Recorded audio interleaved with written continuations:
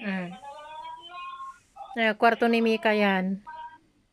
Ah, dyan. Ay, madilim na pala dyan. Ang sarap ng higa mo, daddy, ah. Mayat. Nagmayatan, taindayon mo. Ang ganda-ganda ng iyong higaan. Nakaduyan.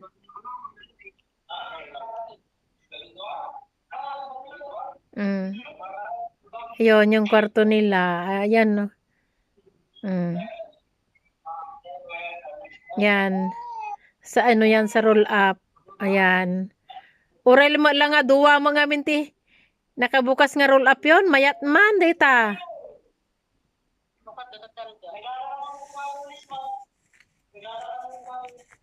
Mm. Jay, ti kwarto na. Jelas yung kwarto na ni daddy. Nakabukas pa. Pumasok na lahat ng lamok. Mm.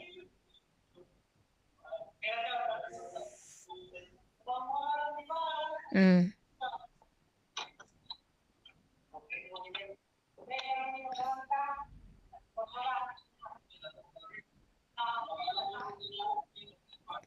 Nasaan yung mga susi ng pintuan? Baka wala naman dyan sa ano, Jilin.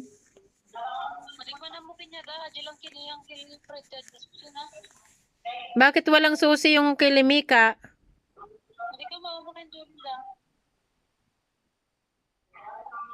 Baka mamaya mawala yung susi, di na nila alam kung saan.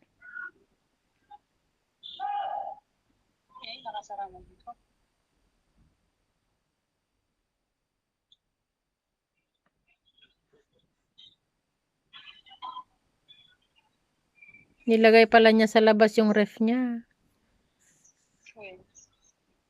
Ay, naku.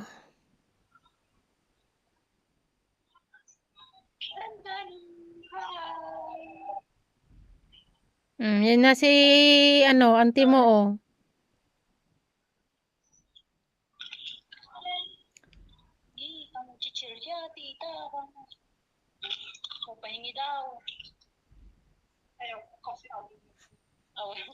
Sabihin mo, kiss mo muna ako, kamo.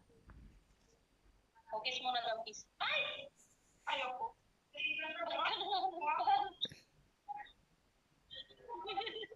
Niluluko mo kasi, kaya siya nagagalit sa'yo, anak, eh.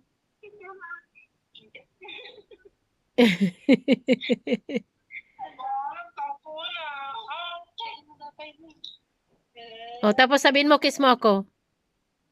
Kiss na dito, diba? Mabait ka lang kung may pagkain eh. Mabait ka ulit. Di mo ba naubos niya sa bunga mo? Siguro mo muna. Nang away na. Wala. Inaaway ka niya. Ay, pag ano? Kung nakahingi. Patingin itsura mo, ilayo mong kunti para makita yung itsura niya.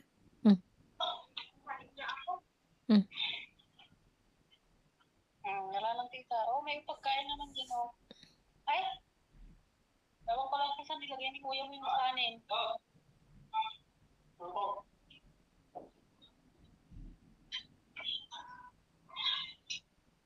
Ito, nakita.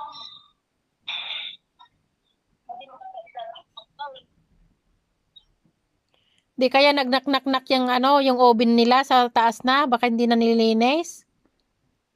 Ha? Di kaya nagdugyot ata nga to ti ovenin anak ko. Nilinis mo tatayaan yung dayat. Ama ni nata, nagpapadating na po. Ay, apo. Kinikikat ko, amin na nga, itlog. Lagi siya itlog. At ito tatay, sulusuli na.